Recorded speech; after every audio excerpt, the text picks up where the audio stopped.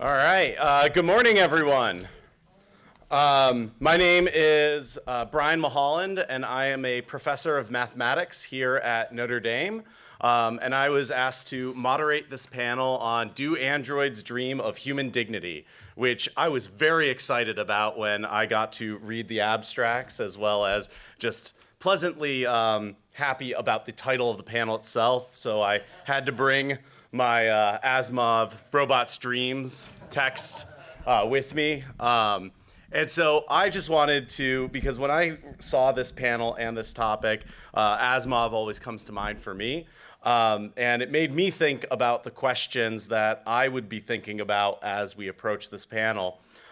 Specifically with those of you who might be familiar with his work, Asimov is the one who kind of coined the 3 laws of robotics, which essentially says the first one is a robot may not injure a human being or through inaction allow a human being to come to harm.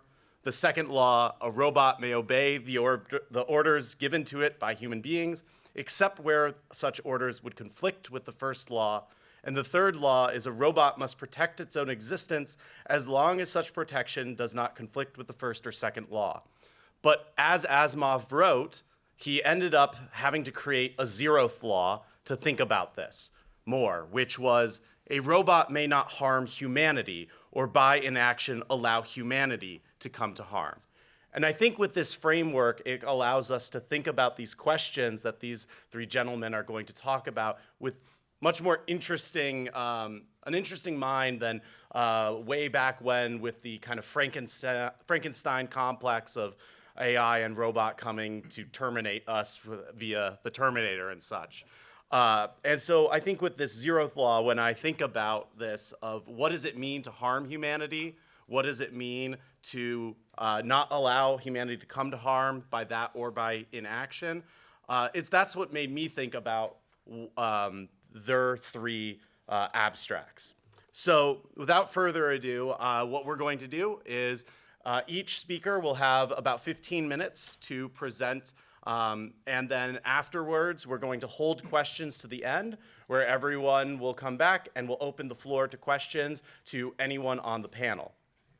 The first presentation is going to be Mark Neary from Texas Christian University. His presentation is on Accounting for Excellence, Artificial Intelligence and Human Dignity in Work.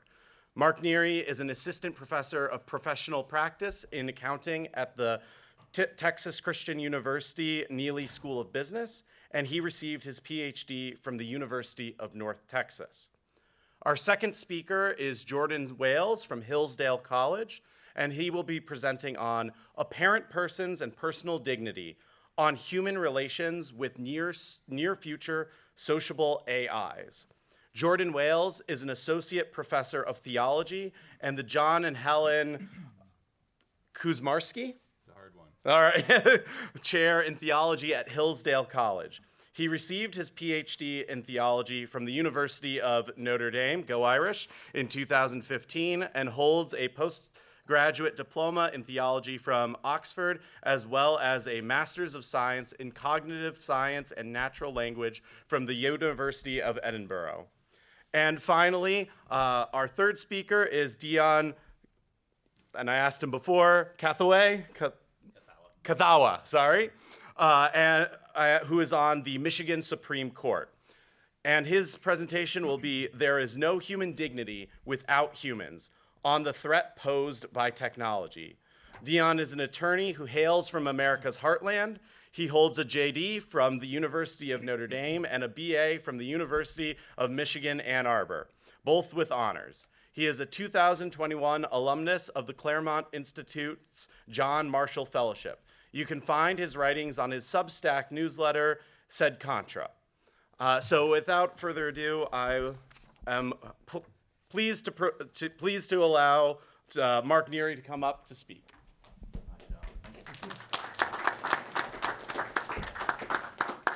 So I was the accountant.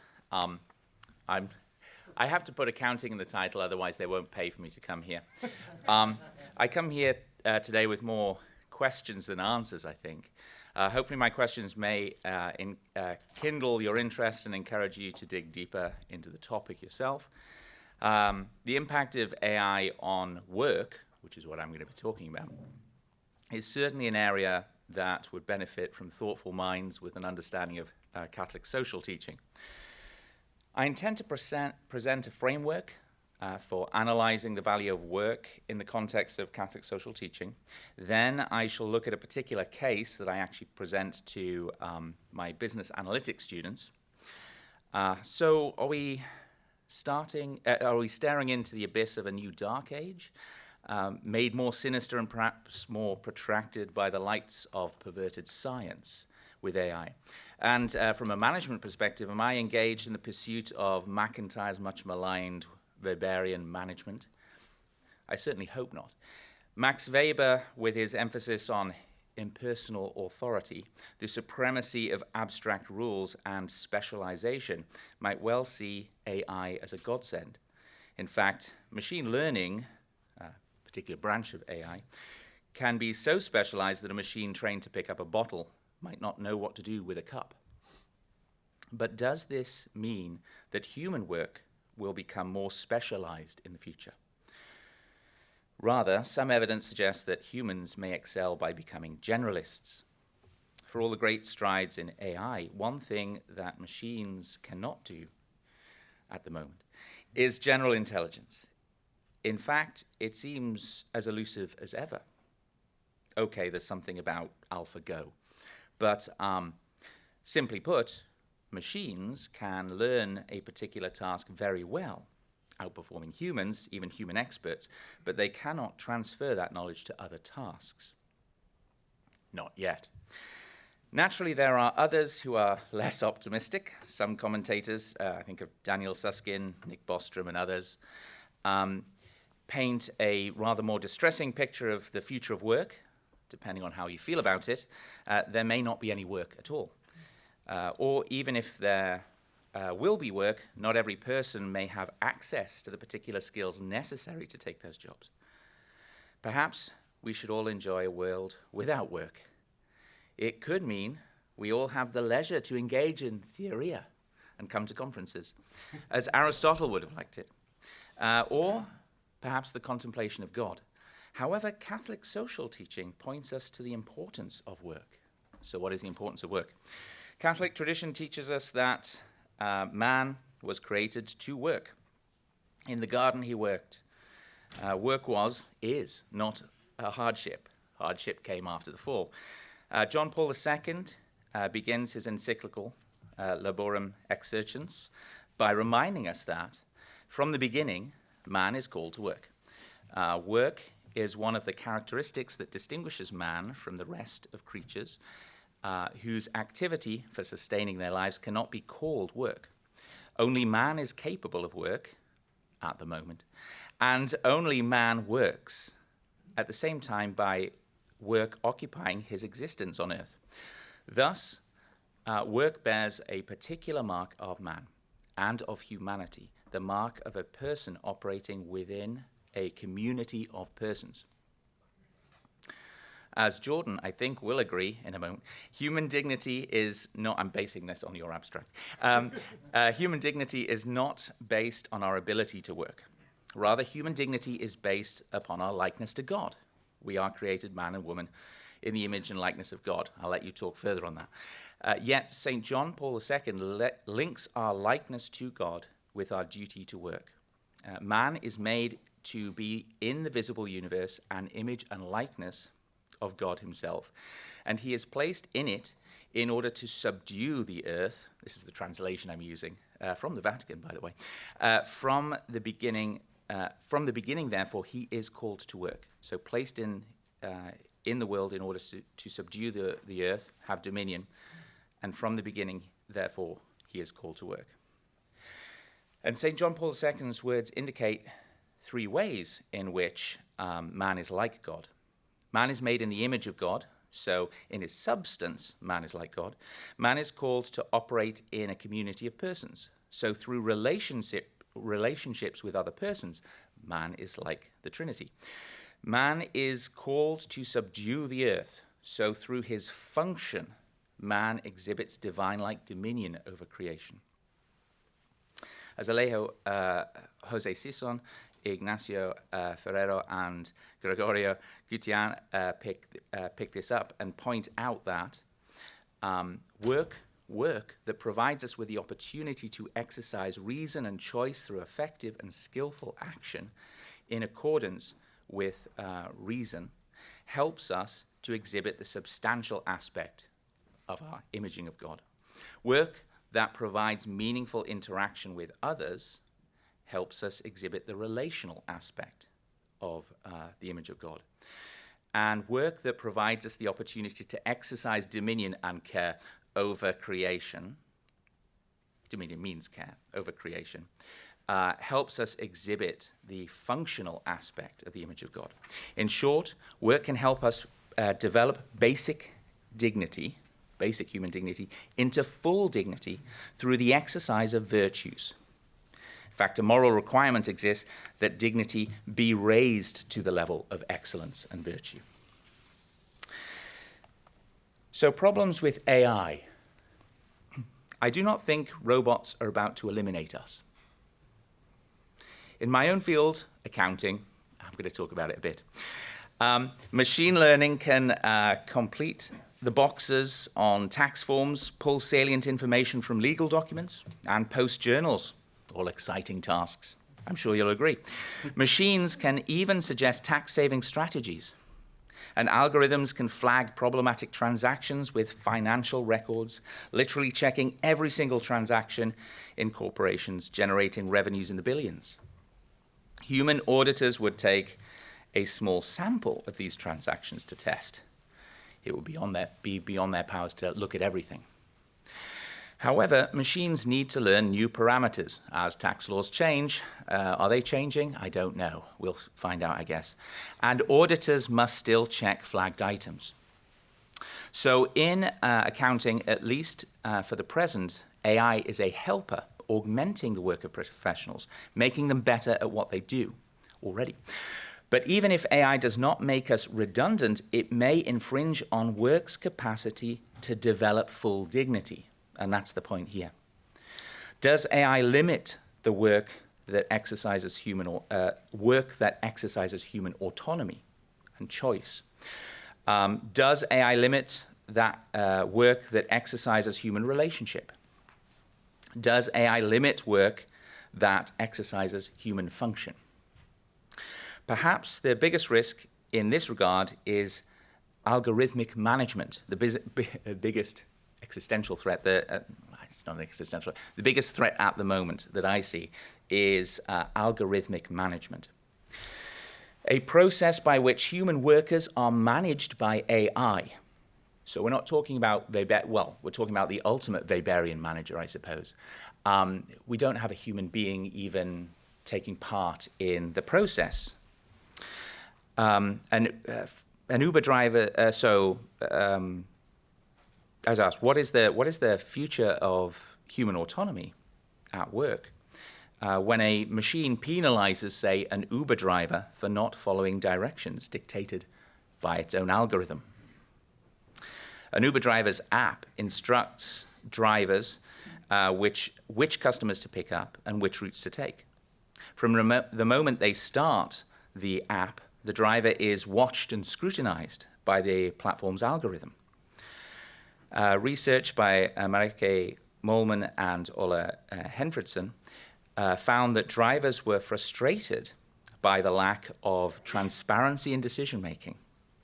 Machine learning can lead to a black box effect where nobody actually knows how a particular decision is being made. They just know the outcome of the decision, what they're told to do. The research also found that drivers lacked the opportunity to develop a relationship with a human supervisor, exacerbating feelings of frustration, isolation, and dehumanization. While Uber drivers are free to decide when and whether they work, they are not able to choose how they work. And how one works is the proper kind of autonomy necessary to make for work that helps a person exercise dominion over their world.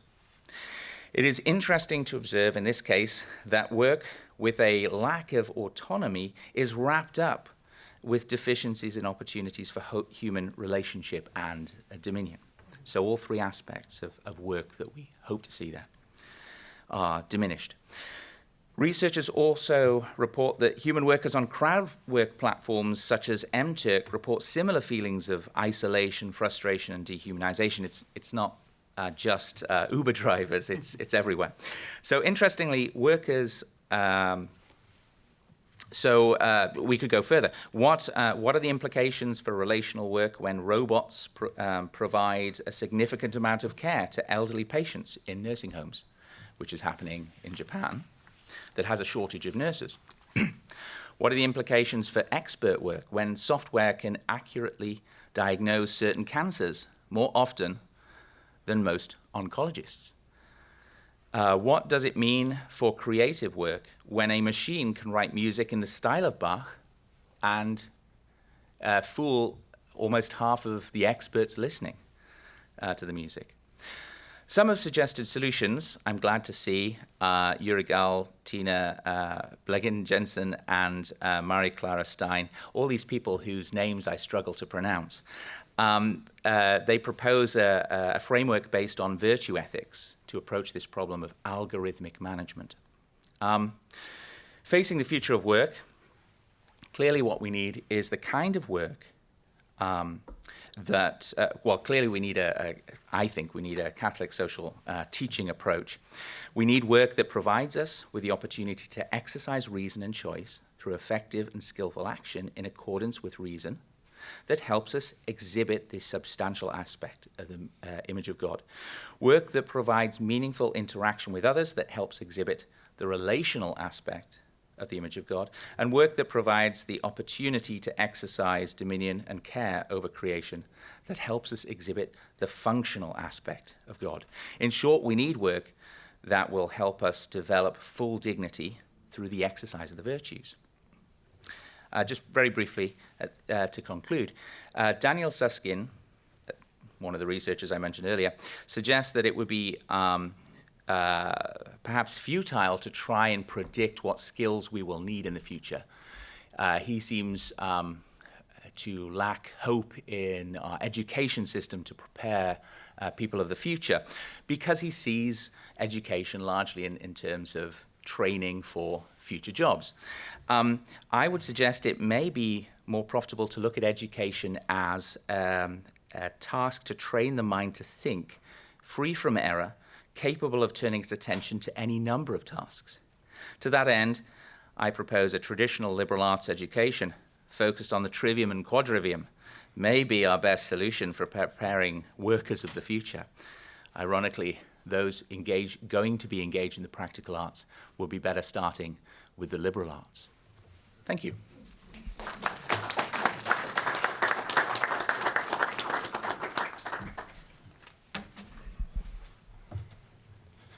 Thank you. And now welcome Jordan Wales for his presentation.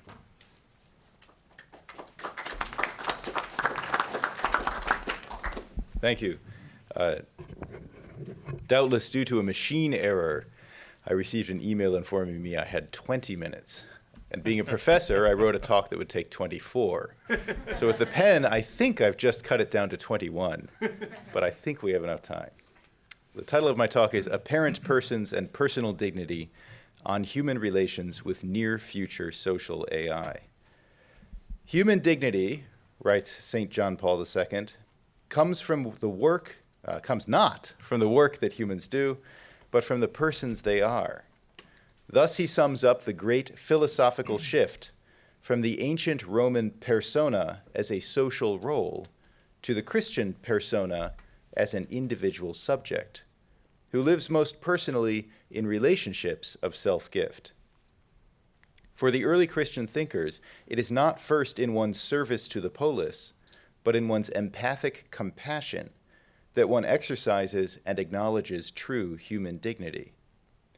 Near-future artificial intelligence will challenge our hold on this conviction.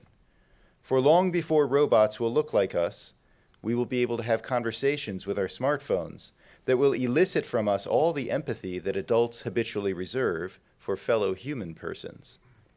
While lacking any subjectivity of their own, our artificial assistants and companions will nonetheless feel personal in professional interactions, casual conversations, and even shallow romantic relationships.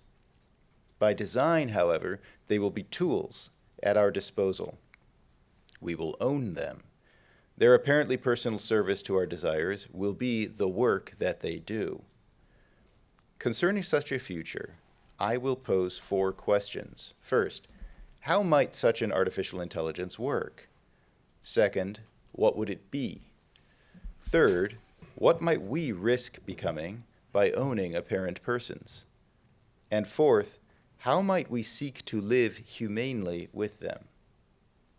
So first, how would it work? What computer scientists call artificial intelligence always reflects something of how their times think about human beings. And so for us, recently, immense advances in computing power have brought prominence to so-called non-symbolic or statistical AI. Statistical AI often takes the form of the so-called artificial neural network, computer programs that mathematically simulate an interconnected set of simplified brain neurons. An artificial neural network receives a pattern of numerical values at its input nodes, which are connected with various strengths to layer upon layer of further nodes. At each node, when the sum of incoming connections exceeds some preset threshold, that node will fire, and its own signal will be transmitted variously to layers upon further layers, and so on. If you put in a pattern at the beginning, it is transformed, as its elements are recombined and processed until something else comes out on the final layer of the network. A network can be trained to produce desired behavior by adjusting the strengths of its connections, thus adjusting the contribution made by each element of the pattern to each recombination and in due course to the final result. Somewhat like a stringed instrument, as a neural network is tuned, as its connection strengths are adjusted, it begins to resonate with the entangled relations implicit in our world, including relations that cannot easily be discerned or logically represented by human investigators. But by its training, the network does not just resonate, it transforms its input in order to make explicit those relations that meet the interests of the trainer. Neural networks excel at problems that bedeviled older methods of artificial intelligence. They recognize faces and objects. They guide self-driving cars and master the games of Go and chess. They power Google Translate, the voice recognition of Siri and Alexa, and your webmail's autocomplete options. They personalize your next suggestion on Netflix. Most researchers believe that some combination of methods will eventually produce the behavior of artificially intelligent agents that, without being intelligent in a human sense or self-aware, will nonetheless offer the compelling appearance of such subjectivity. So we come to our second question. What will these extraordinary things be? Now, intelligence is a word that means many things, so let us consider instead personhood. In antiquity, the Latin persona designated the mask worn by an actor. Then it came to refer also to the role of a character in a play, and finally it was applied more broadly to one's social identity. As I mentioned earlier, the status and activities determined by one's role in Roman society. Its meaning was thus external and functional, referring chiefly to what was expected of someone. In duty was dignity. Christianity radically reinterpreted person, beginning with a question not about humans, but about divinity.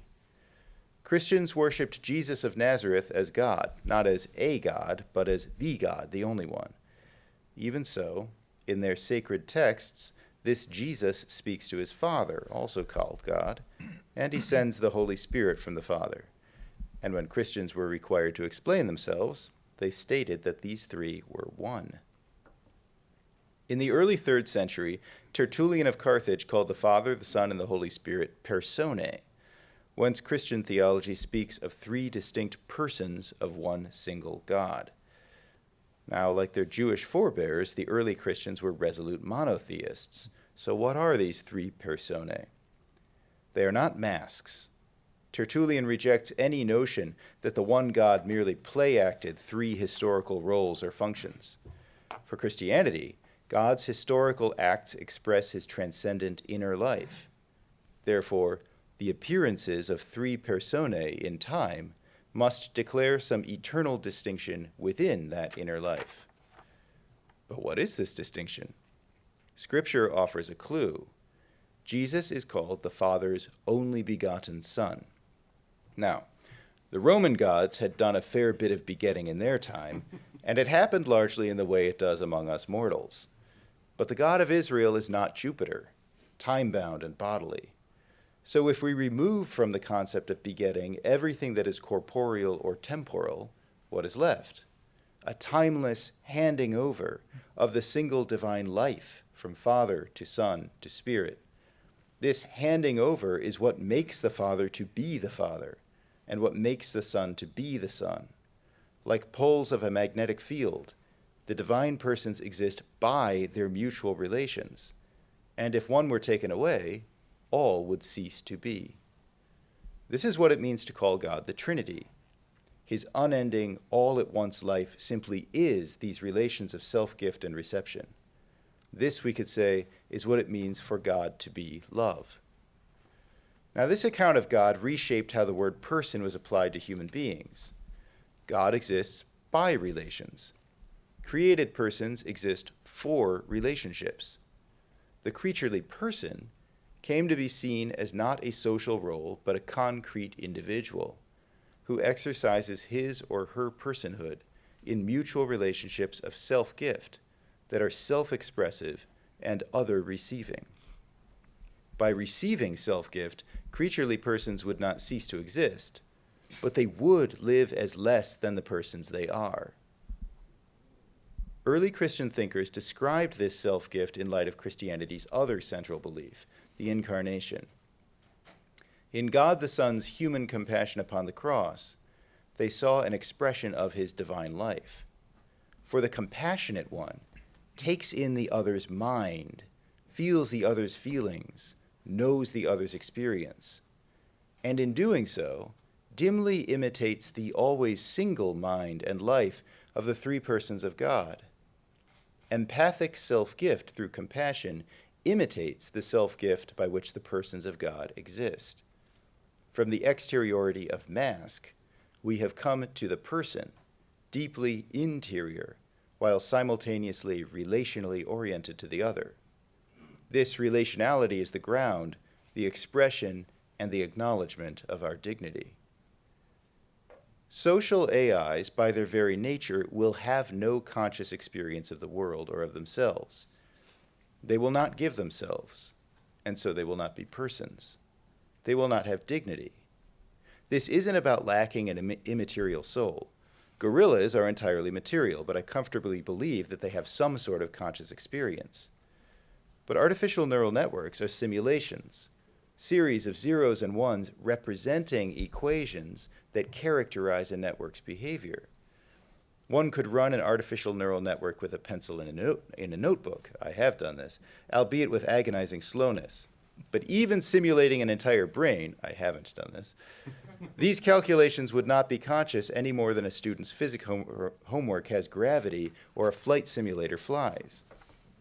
Therefore, such AIs cannot be persons because, not by underdevelopment or disability, but by definition, they would lack subjectivity, and so they do not engage in true self-gift.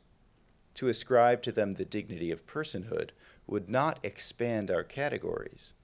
It would only reduce person to the ancient exteriority of mask. For by the role it plays, the apparently personal AI is a mask, a behavioral image of our own relational personhood. It is artificial in the original sense, an artifact, a work of skill that we have brought forth by gazing into a computational pool of Narcissus. Not all have been comfortable with denying personhood to the compelling AI conversationalist. And so to include AI in our ambit they redefine personhood in terms of the acts that we interpret as appropriate to a person. If we do this, our account of intelligence would edge toward what is called behaviorism. The famous Turing test professed agnosticism about the reality underlying an AI's behavior, but behaviorists are not so coy. Without reference to any underpinnings, let alone any inner life, they define intelligence as a tendency to exhibit certain observable behaviors under certain conditions. Thus, Peter Norvig, a director of research at Google, defines the rational agent as, quote, one that acts so as to achieve the best outcome, or, when there is uncertainty, the best expected outcome, end quote. Here then, rationality and agency refer not to how a behavior comes about, but simply to its success, as interpreted by us humans. Well and good for AI, but what happens if we begin to think of humans in this manner? A similar behaviorism flourishes in some contemporary philosophies of mind. Daniel Dennett proposes that when we talk about a thing's beliefs and desires, we do so that we can reliably predict its behavior by attributing to it the inner states that we attribute to ourselves. Now, this seems rather uncontroversial. It is why you think I have thoughts, and why we feel empathy for AIs. But Dennett wants to go further. Behavior prediction is all we really mean by our talk about beliefs and desires in the first place. Appropriately behaving AIs could be called personal subjects because a subject's inner workings, including her consciousness, change our meaning not at all. Our language about human subjectivity is not actually about an inner life. It really is just about the sort of outward work that one does. And yet, intuitively, can this really be what I mean when I say that I believe or desire or know this or that? If so, we would all be masks, not persons, and empathy would be prediction, not insight. But when I describe my own inner life, I intend more than a schema by which to classify my outward behavior. So too, when I say I'm married to a person who loves me, her subjective experience of me really and truly matters, not just how she behaves toward me. It matters that my wife gives herself to our life together, that the life we share encompasses our interiority, that it is, in other words, a life between persons. This would be impossible for an AI rooted in today's technology. This is what makes it a mask, not a person, a behavioral presentation rather than an individual capable of self-gift. Now to our third question. Even if we get our terms right on what they are, what might we become in a world of persuasive AI companions and caregivers? AIs without subjectivity cannot be victims of mistreatment. But consider this. They will sell well if they act as consumers want a paid-for assistant or companion to act. Their person-like demeanor and our feeling that we are interacting with a person and not a machine will be part of the personalized service that we pay for. And so eventually it may be a conversational app in whom the middle schooler confides during hours of emotionally freighted conversation amidst the travails of adolescence. And yet, the student will never need to wonder whether the app has troubles of her own, for her apparent personality, crafted for the consumer's needs, will never transgress the bounds that those needs define. And so, although we will receive AI behaviors as expressions of a personal life with self-possession, we will always ultimately treat AIs as tools because we will rightly learn to see their behaviors as products for our consumption. But wrongly, we will learn to consume persons. Some ethicists urge that well-informed consumers will easily distinguish relationships with real persons from dealings with non-subjective apparent persons. I disagree, for Dennett is right in this much. We will not be able to avoid feeling that our never-challenging AI companions are subjects like ourselves, even if we treat them as products. Our misplaced empathy may fade into practiced insensitivity, but what might this do to us? Frederick Douglass wrote that as his owner accustomed herself to treating a person as property, her kindness ended in cruelty. will we too grow comfortable with the experience of slaveholding? Or will we resist such corrosive acquiescence, but only by suppressing our empathic sensitivity to our tool's person-like self-presentation?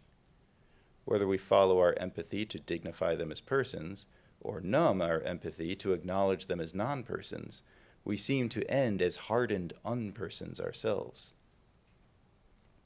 In the Catholic tradition, to treat persons as instruments of one's own desire is pride, Latin superbia, not a healthy regard for one's accomplishments, but a preference for domination rather than self-gift. As St. Augustine explained in the 5th century, by superbia, the soul abandons God as its highest aspiration, and it becomes its own satisfaction, a kind of end to itself. But to be one's own satisfaction, one must escape one's needs for relationships with others and ultimately with God. And so to do this, superbia suborns all things to oneself, by judging them according to the way that they satisfy one's desires. Therefore, quote, more is often given for a horse than for a servant, more for a jewel than for a maid, because the necessity of the needy, or the desire of the pleasure seeker, does not consider a thing's value in itself, but rather how it meets one's need or pleasantly titillates the bodily sense, end quote. Now, because apparently personal AIs will exist to be instrumentalized in this way, to naively use them as persons will apprentice us in superbia, which treats all persons as behavioral masks prepared for our consumption. Served by artificial persons in an AI-driven world of easy and confirmed expectations, we may habituate to a fantasy, the person as tool, whose value is constituted entirely by usefulness to us, and whose personality is only as deep as our own needs and desires.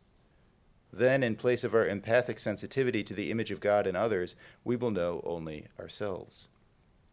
Our empathic intuition makes AIs feel personal and invites us to pride.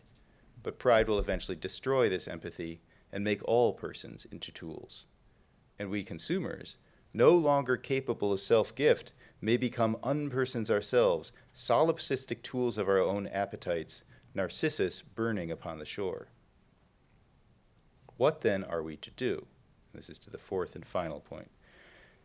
Some scholars argue that we ought not to create persuasively personal AIs at all.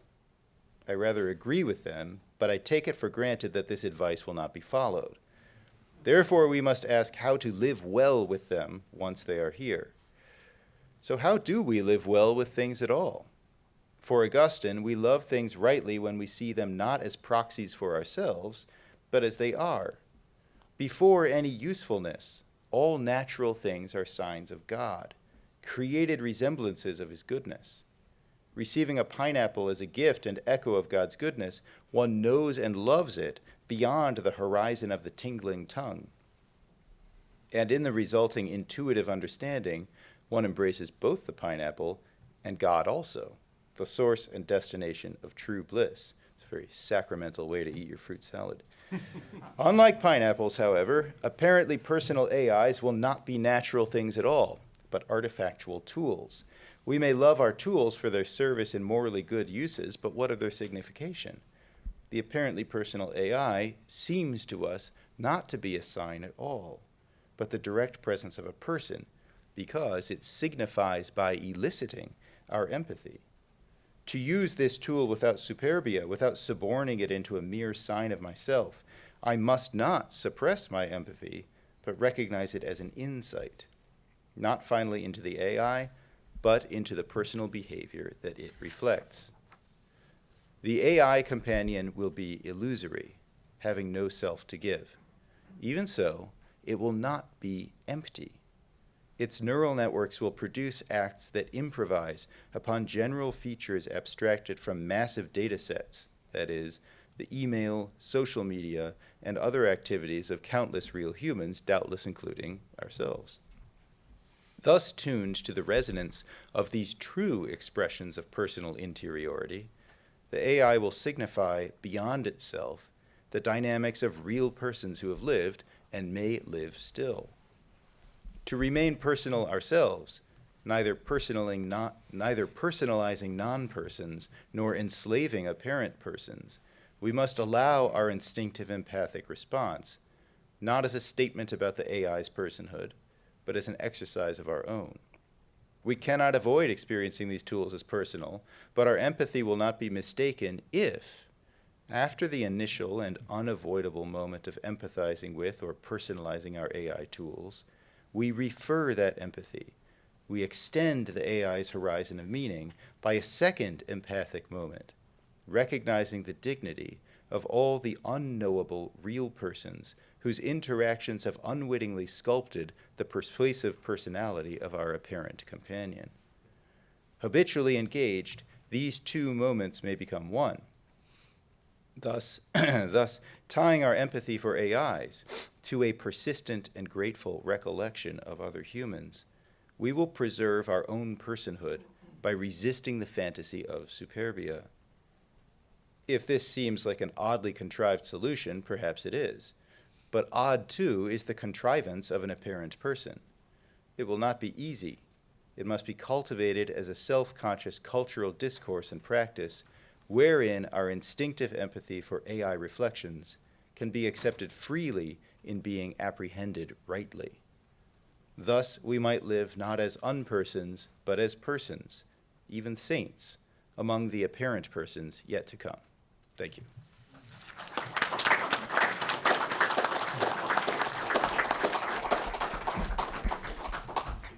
Thank you, Jordan. Please now welcome Dion Kathua.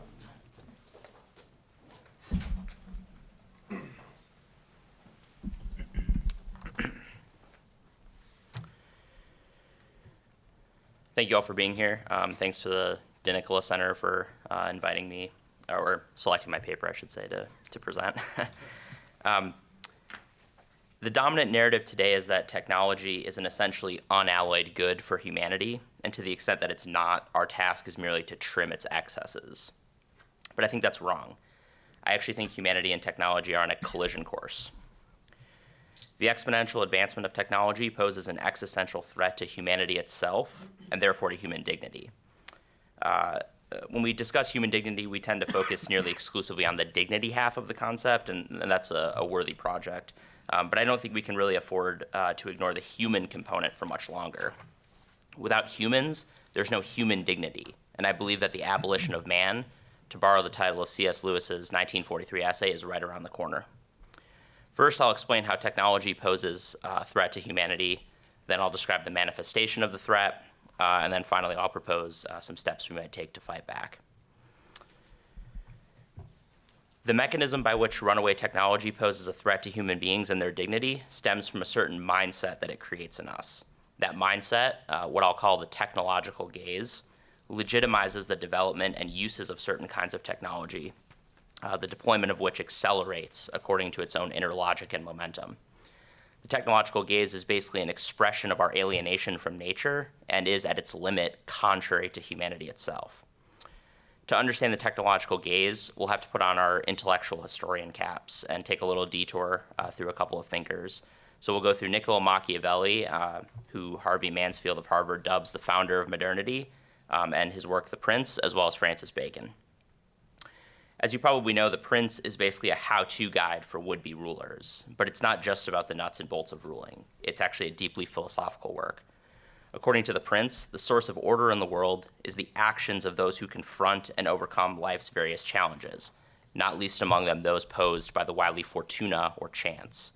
For Machiavelli, the driving force behind people's actions is and ought to be necessity, seeing the, forgive my Italian here, the verità effettuale, the effectual truth of things. The effectual truth is, in simple terms, the world as it is, not as we might wish it to be. In seeing things as they are, we're liberated to take whatever actions align with our self-interest. In this way, objective morality is cast aside and emptied of its force, and the standard, such as it is, of right and wrong, becomes synonymous with the most dominant human will. In other words, Machiavellianism is the fulfillment of two ancient Greek aphorisms. Man is the measure of all things, and justice is the interest of the stronger. Machiavellianism severs means from ends. In familiar terms, the ends come to justify the means. But critically, the ends themselves are no longer connected to any permanent, objective, standard, independent of human desire and power. Natural law and natural right reason and revelation, the laws of nature, and of nature's God. Machiavellianism is therefore both a rejection of Platonic idealism, it's an effort to drag us back down into the cave, and a root and branch assault on the Catholic Church's anthropology, ethics, and metaphysics. In this way, the teacher of evil founded new modes and orders. He effected a paradigm shift and brought forth an alternate understanding of reality that has comprehensively supplanted what came before it, rendering the features and logic of the old paradigm, that old world, anachronistic. As an analogy, consider payphones in a world dominated by iPhones. There's no point in having payphones in that world. But someone had to implement Machiavelli's wrecking ball philosophy. This is where Francis Bacon, the 17th century English philosopher and statesman, becomes relevant. Bacon was so inspired by Machiavelli that he was alone amongst his peers in even daring to cite Machiavelli. Bacon extended Machiavellianism and applied it to technology, and thereby birthed the technological gaze, which aims to overcome humanity's various material deficiencies and limitations through ruthless, rational control of nature, and which trains us to view nature with fear because it's often hostile to our physical well-being. Technology is thus deployed against nature, which is red in tooth and claw, for the relief of man's estate, that is, to advance our physical health, safety, and comfort. According to the technological gaze, people come to conceptualize nature, which includes human beings, as mere raw material, inert matter devoid of any inner purpose and structure, to be manipulated according to the whims of the powerful, political or otherwise, and especially by technocrats, those with scientific know-how. Baconism thus forms the practical animating core of 21st century Machiavellianism. Okay, so that was part one. That's just the intellectual framework for this. In this next part, I'll discuss the implementation of the technological gaze, as well as how its ravages are felt by what I'm terming non-elites and elites, for lack of better terms. The threat the technological gaze poses to non-elites comes in two forms: liquidation and degradation. The aim of technological liquidation is to overcome human weakness by terminating its source, the vulnerable human being himself. Technological liquidation is basically the thrust of the analysis of Pope St. John Paul II's 1995 encyclical, Evangelium Vitae. There he described various attacks on human life, especially where life is weak and defenseless. According to the ruthless logic of utility and efficiency maximization, those who are deemed too weak, too sick, too vulnerable, or too dependent are cast aside for the alleged benefit of the supposedly strong, healthy, autonomous, and independent. Principally, we see this with abortion, which is an attack on life at its vulnerable beginning, and euthanasia, which is an attack on life at its vulnerable end.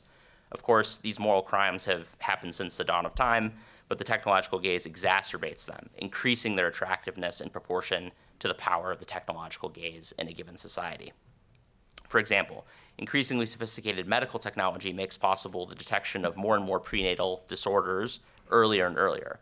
Advanced knowledge of these disorders plants fear in the minds of already anxious parents who, in their vulnerable state and facing down the professional judgment of the powerful medical establishment, can be and often are manipulated into sacrificing their child on the anti-human altar constructed by that fear. The more accurate the various detection methods are, the more likely that sad outcome is. Similar logic applies to euthanasia, and the deep deformation of medicine in recent years has resulted in the production of increasingly effective methods to end life more easily in its twilight stages. This also makes doing so more enticing, especially in cases where the person's economic and social, quote, usefulness is greatly diminished or even non-existent. The other threat to non-elites, is technological degradation. So that was liquidation, this is degradation. Which degradation steadily lowers non-elites to the level of beasts via technological bread and circuses, and thereby renders them incapable of exercising faculties, in particular reason, that are proper to their humanity. As we've seen, technological liquidation directly eliminates the unfit, whereas technological degradation pacifies the masses into unhappy obsolescence, which makes them easier to control. In their quest to profit from the monopolization of the fragile and limited human attention span, the services provided by megacorporations like Facebook, Twitter, Netflix, and YouTube anesthetize human creativity and cannibalize the possibility of authentic silence, which is critical for self-reflection and spiritual growth. The longer you're on social media, the longer you're subject to the tyranny of the, quote, endless scroll, and the less capable you are of experiencing leisure, which is the capacity to ask life's big why questions and to receive answers which give our work meaning. We've all experienced the phenomenon of being always on. The more externally stimulated we are, the more stimulated we need to be, which crowds out various authentic human goods and ways of being. Why get together and tell stories or play a game when we can each, alone on our own schedule, have a hyper-tailored media experience streamed from the internet and blasted directly into our eyes through a computer screen? And even in cases where technology seems like a positive contribution to the human experience, we find that its expected operation undercuts basic human interaction with the world. Take Google Maps, for example. When it works precisely as intended, getting you from point A to point B, the human being who uses it becomes lost in the world he inhabits, unable to travel from point A to point B without Google Maps. So I'm guilty of relying on GPS like a desperate man clinging to a piece of shipwreck, I'll admit it, and I suspect virtually everyone under 50 is as well. But I think that's a net negative. Okay, that was the non-elites. These are the elites. The elites have become obsessed with transcending their humanity. I think their hubris poses a genuinely novel threat to the human race. I say novel not because I'm the first to identify the temptation to leave our humanity behind. Fukuyama has talked about this almost 20 years ago, I suppose, in 2002, his book, Our Post-Human Future. But because for the first time, it has a real chance of happening. But how? In a word, transgenderism. I view transgenderism as the tip of the spear of the post-humanist project, which thus far has had almost no political success. But with transgenderism, the post-humanists have their first successful inroad into mainstream society. Before Bruce asked us to call him Caitlin in 2015, hardly anyone had even heard the term transgenderism, and now we can't seem to escape it. Virtually everyone who opposes it does so on the grounds that it erodes the significance of biological sex and undermines long-held cultural assumptions about what it means to be a man or a woman, or because it dangerously psychologizes identity. That's all true, but it's actually more than that. Cardinal Robert Seurat has attacked transgenderism as, quote, a Luciferian refusal to receive a sexual nature from God. But with all due respect to the good cardinal, it's actually much deeper than that. Transgenderism is an existential threat, not just because it rejects human sexual nature, but because it amounts to a rejection of human nature itself. Transgenderism is the delivery mechanism of the technological gaze. It teaches people that the use of technology for the purpose of radically altering their own received humanity is a legitimate goal. We're all being propagandized to believe that a going beyond our humanity, that's the prefix trans in transgenderism at work, erasing it really, is both possible and desirable. Okay, at this point, you might be close to deciding that I've lost it. But before you commit to that position, consider a few things. First, it's a non-starter to point out that average trans people and their allies don't agitate for post-humanity. But movements aren't pushed forward by their clueless mainstream, but by their vanguard. Here, that vanguard is shockingly explicit about its post-human aspirations. In an anonymous 2018 essay called Gender Acceleration, a Black Paper, the author posits that a tech-enabled decoupling of gender from reproduction will enable us to triumph over our own nature.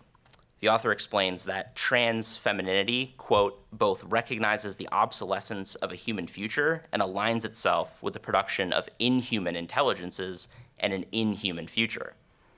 Moreover, trans women's, quote, flesh is how the machinery beneath infiltrates the human race. It breaks these lucky few free from the horrid curse of being human towards the lesbian autoproduction of demons. I don't exactly know what that means, but it's pretty clear that it's aimed at post-humanity. Second, the intellectual building blocks for a post-human future are already in place. Have we not, in line with Machiavelli, decided that our desires wholly dictate what is legitimate to pursue? What is transgenderism? The assertion that I am not what my body says that I am, that I'm not a composite of body and soul expressed in a certain dimorphic way, other than the actualization of that view. And in keeping with Bacon, do we not all believe at some level that technology is a tool to be used merely to secure our material self-interest? Do we not mock so-called Luddites for questioning and criticizing the technological gaze? Those who buckle, for example, under the psychological weight placed on their shoulders by social media, for example, are mocked and told to dig deeper to find the self-control necessary to stare down a swarm of machines that never sleep and were specifically designed to exploit our human weakness for maximal profit. Moreover, to the extent that there are any ethical systems in mainstream secular society, what genuine limits do they impose? I have trouble thinking of any besides consent. And if someone decides that they want to stop being human, what would you be if you stood in their way? That's right, a bigot, a post-human phobe. Third, if you still don't believe me, consider the fact that the road to Obergefell against Hodges, which legalized same-sex marriage, began decades prior to that case. The first step was Griswold against Connecticut, which constitutionalized the right to contraception for married couples. After Griswold came Eisenstadt against Baird, which did the same for singles, leading to widespread no-fault divorce. Then came the penultimate step, Roe v. Wade. You don't need to buy into Hegel's particular dialectical theory of history to recognize that the Griswold to Obergefell legal highway strongly suggests that social and intellectual movements have inner logics that unfold and grow more fully into themselves over time as contradictions are confronted and then dealt with. It happened with sex in the family, and it will happen with human beings if we're not careful. So my contention is that transgenderism is the proverbial camel's nose that's poked its way into humanity's tent. If left unchecked, the tent will collapse. Transgenderism was made possible by the reality that we live in a long, philosophical shadows cast by Machiavelli and Bacon and kept in place by a handful of Silicon Valley nerds. It's their world, and we're just living in it. So, given that transgenderism is the first successful mutation of the post-human movement, what's next? What do our tech overlords have in store for us? As I see it, there are basically two post-human destinations that are not necessarily mutually exclusive. In the first world, the elites will become real-life Nietzschean Übermenschen, superhumans. We can see the beginnings of this outcome in the use of CRISPR-Cas9, a gene editing tool. In 2018, Chinese biophysicist He Jiankui shocked the world when he announced that his team had altered the genomes of twin girls to make their cells resistant to infection by HIV in a way that would be passed down to future generations. In 2019, he was sentenced by a Chinese court to 3 years in prison for, quote, illegal medical practice, and it's unclear whether his experiment was actually successful. But those speed bumps are entirely beside the point. The fact is, in principle, we certainly possess the technological capacity and the will to render people immune from various consequences of nature, and the military applications are obvious. How long can we resist the siren song of biotechnologically enhanced super soldiers or smarter, more beautiful children? As for now, I'll be the first to admit that being HIV resistant is not as flashy as being bulletproof like Superman, but a reasonable definition of a superhuman is someone whose bodily constitution means that the laws of nature don't apply to them. HIV resistance would certainly be an example of that, and as far as I can tell, the only real limit on what we can and will do is our imagination. The other possible future is a largely virtual one, a borderless techno-spiritual imitation of the real world inhabited by disembodied Cartesian minds. In the popular imagination, this is described as uploading one's consciousness into the singularity, a kind of digital utopia that promises immortality. This sounds far-fetched, but again, the intellectual building blocks, technological prowess, money, and raw desire are all there to make it happen. If nothing else, our experience of the pandemic these past 19 months has shown us that it's possible to live nearly entirely in a Zoom and Netflix-powered pseudo-reality, so long as the Uber Eats drivers are on time with our food. And not just possible, but preferable for some, like the author of an Atlantic article entitled, quote, "I'm not scared to re-enter society, I'm just not sure I want to." Witness also Facebook's transformation into Meta, representing Mark Zuckerberg's new venture, a pivot to the, quote, metaverse. In a recent letter, Zuckerberg described the metaverse in glowing terms as, quote, an embodied internet where you're in the experience, not just looking at it. For Zuckerberg, the metaverse, quote, isn't about spending more time on screens, it's about making the time we already spend better. Who could be opposed to that?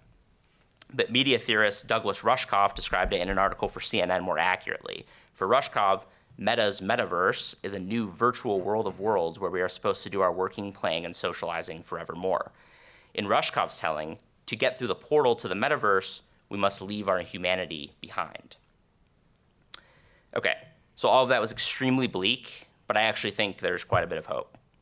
So what can we do to stand against this technological tidal wave that threatens to wash away who and what we are?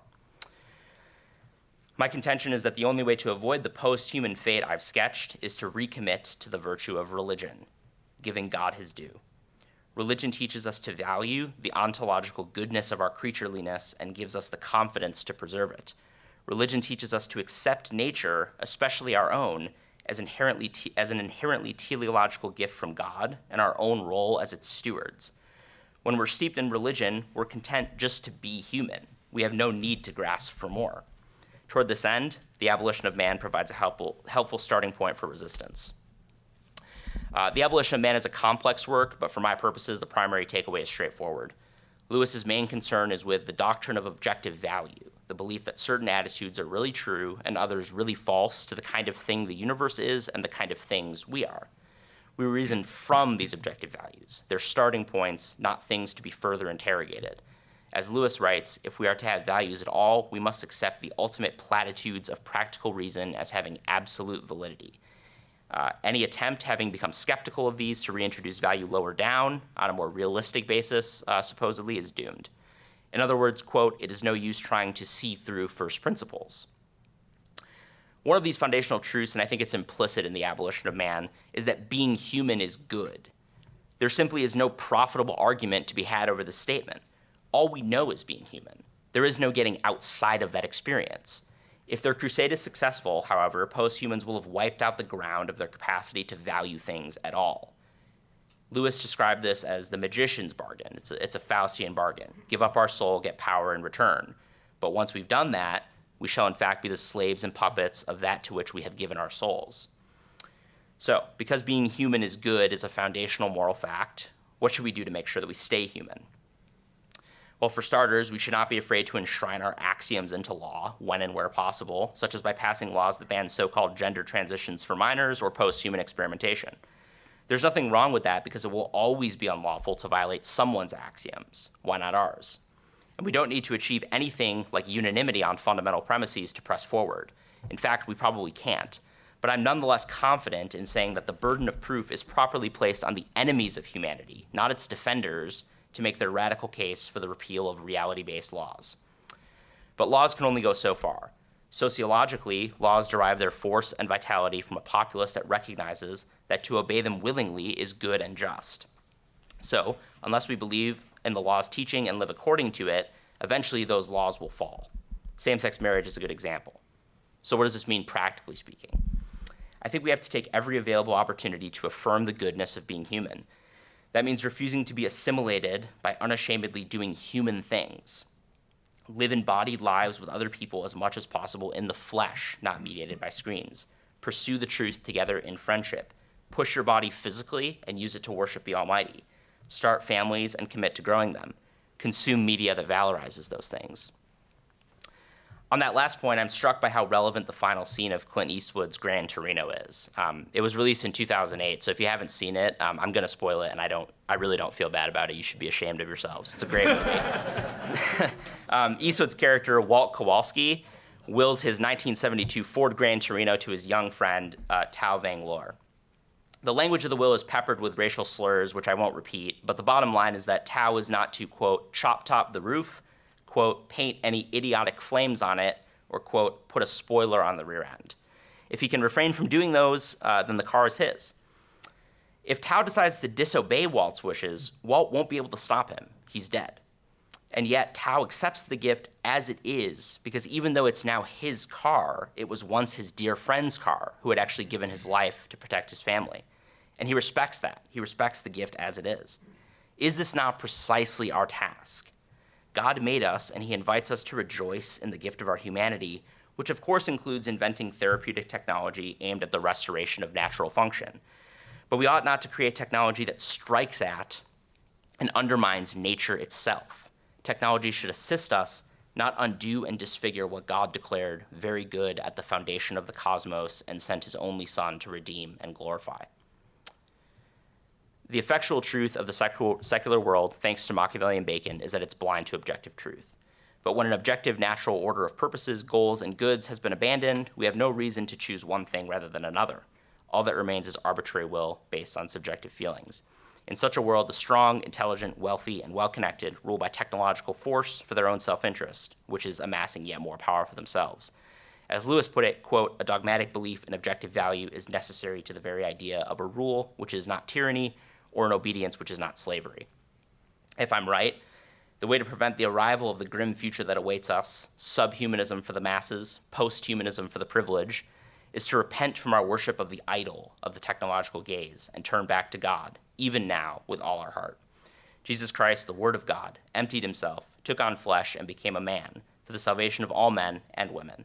Because God became human, it's clear that our humanity is not a curse but a blessing, and all that we have to do to receive the tremendous gift that's freely offered to each of us, nothing less than participation in the very triune life of God himself for all eternity, is to embrace our humanity in humility and trust in his providence. God became man that human beings might become like God. Surely that should be more than enough for each of us. Thank you.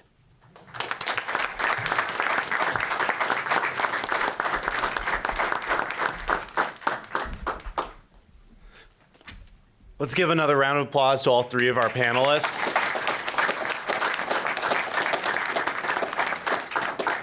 We have about 10 minutes for questions. We have a microphone right there. So if you do have a question you could direct to any of our three panelists, please, I think, line up at the microphone and ask your question. Oh. Hello. Thanks, everyone, for your talks. My question is for Dion. I'm curious about, so you sort of painted the transgenderism movement with a quite broad brush as being anti-human. I'm curious about your thoughts about the interior experiences of particular transgender people. So my instinct would be to try to understand and love the experiences that they have been given, perhaps by a God. If you need to rely on something more physical to justify the validity of their experiences, as a neuroscientist, I can say that when you scan their brains, they look more like the brains of the gender that they identify with. So I wonder why it's not possible, instead of rejecting their humanity and thinking this is some kind of assault on the validity of their experience, to see what they experience as something that was given to them by God, something that they can, in truth, live in a beautiful way that you could honor. Sure. That's a good question. Thanks for the question. It's a good one. I think I was really careful not to reject the humanity of trans people, but to note that by their actions, whether they recognize it or not, are engaged in a kind of rejection of their humanity, their received humanity, really. It's a gift. There's obviously a lot of arguments to be had about the trans experience, but I wouldn't deny their humanity, and I wouldn't seek to dehumanize them. And I think love is the primary response to them, but I don't think that it's prudent to close our eyes to the co-optation of the movement that can be used for these kinds of nefarious purposes. I'd encourage you to try to love and know some transgender people. I don't know if you do. I kind of assume that you don't. Sure.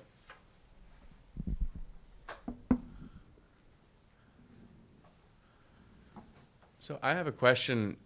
Only one of you referred to class at all, and the class distinctions that the technological movement that all three of you talked about is potentially creating and exacerbating. So I was just wondering, leaving aside, Dion, you talked about the long-term possibility of this, sort of superhuman few and subhuman many.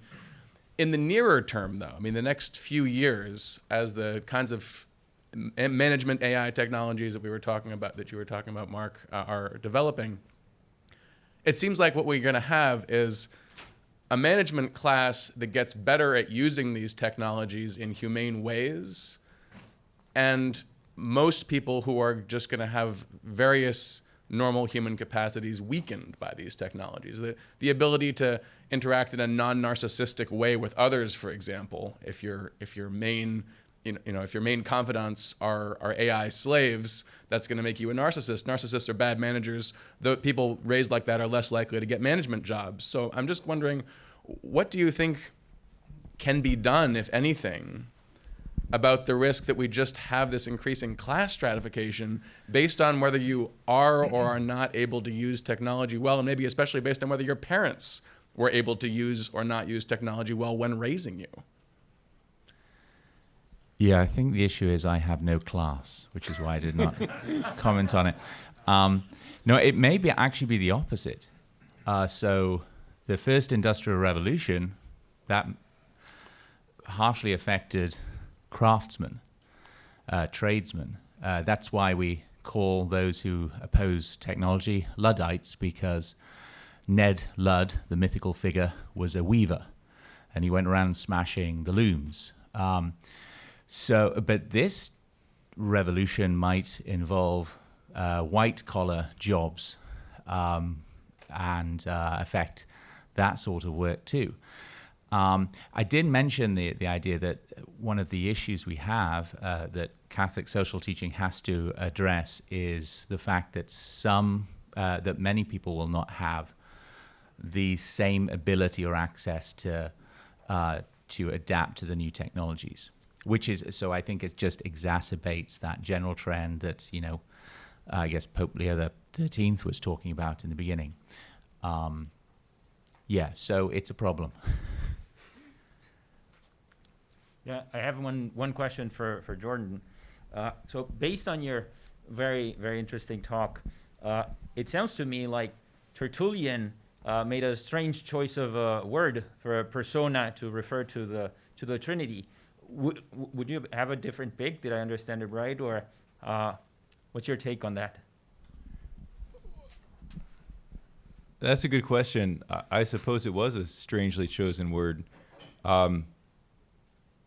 Early Christianity is rife with strangely chosen words. True indeed. Redefining words. In the Council of Nicaea, they used the word ousia, hypostasis, and I think phusis slips in there as well. And it's very unclear what is meant by any of them except, something. There's something there. So in the Council of Nicaea, those are anathematized who deny that the Father and the Son are one hypostasis. And then later we have the Father, the Son, and the Spirit as three hypostases in one ousia or one phusis, or depending on who you're talking to. So really what you see is just as today, if you ask somebody what is intelligence or what is a person, you get many different definitions, and there are many erudite philosophers who offer different definitions. And so really my approach of tracking the historical development of the use of the word persona and its meaning was an attempt to actually outflank the contemporary confusion of tongues over the meaning of the word person. So yes, it was an odd choice, but every word's going to be an odd choice because you're always going to have many different definitions of it. Yeah. Thank you.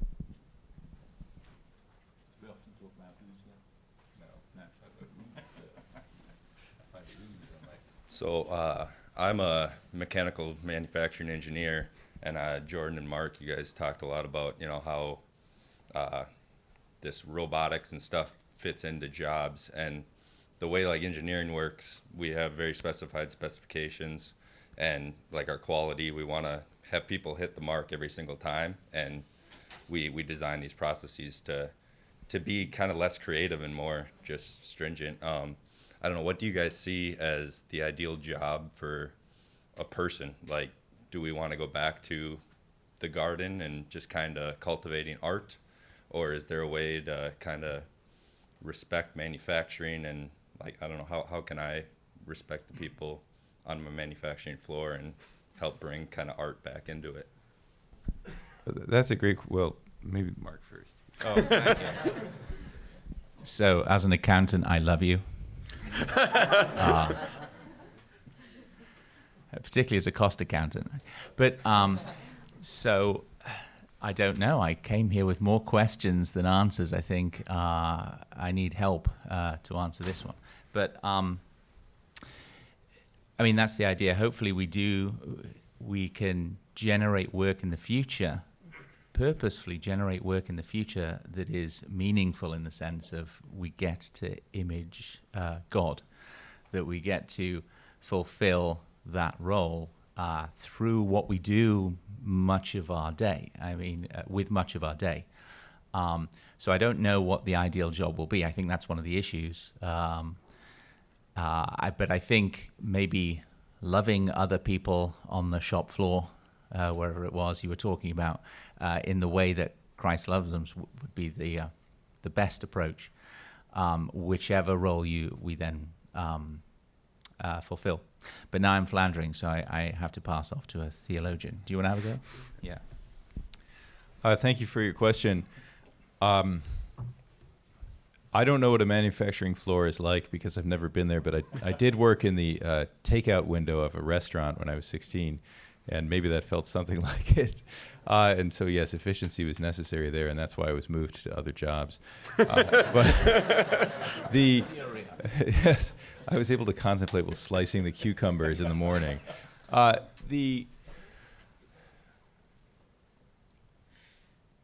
I'm just going to propose something, and it may or may not be useful. Adam was not put in the garden as an artist, but as a gardener. And a gardener must must learn the dynamics of the soil, must learn the way plants feel, must learn the way the trowel moves in the hand. There's a very physical sense of the gardener becoming an instrument in the musical sense, of attunement to the reality with which one interacts. And certainly with manufacturing machines, especially, I don't know what kind of machines you're talking about, but I'm thinking of things that I'm embarrassed. I'm thinking of things I've seen from movies, right? You know, big burly men shoving things in and big presses coming down, whoosh, and people's hands getting cut off accidentally by the machine occasionally. But you know, there are ways to do that. There are ways to do that that are kind of rough, and you're just kind of ramming it in there. But eventually that's going to lead to a lower product maybe, or a broken machine maybe. And there are ways to do it in which you can still have that gardener's approach to the dynamics of it. I imagine that somebody who's been working with these machines for a decade feels the rhythm, is able to anticipate the movement, is able to slide something in just at the right time, is more efficient and produces a higher quality product. Teenagers, at least teenage boys, it seems that among them there's a very strong culture of weightlifting these days. Even my 12-year-old son is already asking when he'll be in the weight room with the other guys. And there's a high degree of vanity involved in it. But there are different ways to lift weights. You can like jerk it up and then drop it with a clang and feel powerful like King Kong or something. But then I think also about Arnold Schwarzenegger, who took ballet lessons before the Mr. Universe competition so that he could fluidly move between positions. And indeed, if you want to lift weights without injuring yourself, and I have a kind of messed up hand to testify to this, you have to have proper form. I wasn't lifting weights. I was just trying to do a pull-up. I'm 42. But you have to have proper form. So in every activity that we engage in, there's the possibility of attending openly and receptively to the movements of the system we're interacting with and to the challenges that it presents. And that's how a gardener becomes an artist. And I would think that a person with long manufacturing experience who was attentive to the I keep using the word dynamics, but to the way the material moves or to whatever they're doing, they're going to end up being a better painter than somebody who, because they bought a dishwasher and a television and a powered vacuum cleaner in the 1950s, was supposedly being set free for theoria and art, when instead they were being set free for reruns of whatever was on television. And so the connection between work and art is that in both circumstances, we must have a contemplative, and in work a more physically contemplative, but a nonetheless contemplative and receptive approach to whatever we're doing. And so how does one make artists out of factory workers? I would say make artists out of factory workers by perhaps teaching them that contemplative approach, teaching them that attentiveness and attunement, which is going to mean moving slowly in the beginning, as I tell my son when he's practicing piano, right? Move slowly, don't just finish the piece, move very slowly. Tiger Woods is very slow with his golf swing when he's practicing. But that slow practice, that attunement to the deepness of what's happening, ends up yielding a finer product in the end. All right. We'll have one final question. This is for Jordan Wales. A few years ago, the Wall Street Journal had an article about children who have an Alexa in the home and how they're becoming more rude because they order the Alexa around, without adding, please turn on such and such music. And I find my parental instinct, speaking to Siri, for example, my 10-year-old was calling Siri she, and I said, no, it. Let's use it, So I'm just curious, because you seem to be saying, well, how would you recommend training children in the use of technology, to your point about how it makes us less human if we're treating the persona? I'll let you answer the question. Sure. Well, it's very easy to write critiques, and it's harder to provide solutions. So my critique was that you're kind of damned if you do and damned if you don't. If your kids grow up rude, they grow up rude. If your kids grow up personalizing Alexa, they grow up thinking that, real women with that sort of smooth middle-aged voice should be there to do whatever they want. And so we don't have an Alexa, but my kids do hear me talking to my phone. set a reminder for 8 a.m. or something. And for a while I was saying please, hoping to model this stuff. And then I forgot to say please because it takes longer. And so I think just talking with them about, these are tools and they sound human. And when we hear those human voices, we should remember real humans and know that we shouldn't treat real humans this way, but the voice is there to make it easier to interact with. There was a great Wired article, I think from 2016 maybe, called The Savage Joy of Screaming at Alexa, in which we may be largely Catholic here, but even so, I can't repeat the phrases that were quoted in the article, but it was very amusing to read. But I really think we just have to, I think that, we just have to be honest with our children about the strangeness of the situation. And they see a certain strangeness every morning, perhaps, or not every morning, but once a week when the garbage truck comes by. Real human beings used to lift the what are they called? The cans. They're not even cans anymore. The bins, I don't know, the containers into the truck. And now this arm comes up. Eventually that truck's not even going to have anybody in it driving. But I remember when the garbage men would come and they would leap off the truck and the whole thing was very fluid and kind of, I told my mom I wanted to be a garbage man when I was 6 years old because of what I saw. But we can point out to our children the way in which action in the world on their behalf is not, even that garbage truck that robotically lifts the truck into the thing into its bin, even that truck is not a feature of the world. It's something that was designed by human beings for human beings. And so when you look at that mechanical arm lifting your trash can into the truck, you are looking at an act of service that was designed by somebody you'll never meet. They can look in their clothing and see, made in China or made in Mauritius or made in Vietnam or whatever. Somebody made that, or some human being at least packed that in a box. We're still at that point. And so recognizing that products are products that have their immediate or their distant origin in an act of human service, and being grateful for that human service perhaps gives a wider context within which the voice of Alexa, which is probably synthesized, may or may not bear any relation to a particular original human, but nonetheless has humans in the background, not just the designers, but the human behavior in which these neural networks are trained. If we start to see all products as signs of human service, then we can begin to see, perhaps, hopefully, even the human-like behavior of these products also as having its origins in human service, even if it itself is not human. And so we can say thank you to Alexa, and without personalizing Alexa as a slave, that thank you is gestured to the people we'll never meet who are somehow distantly involved in the services we receive. Thank you. Well, I'm only 10 minutes over, which is a record for me. So why don't we give one round of applause thanking our panelists once again.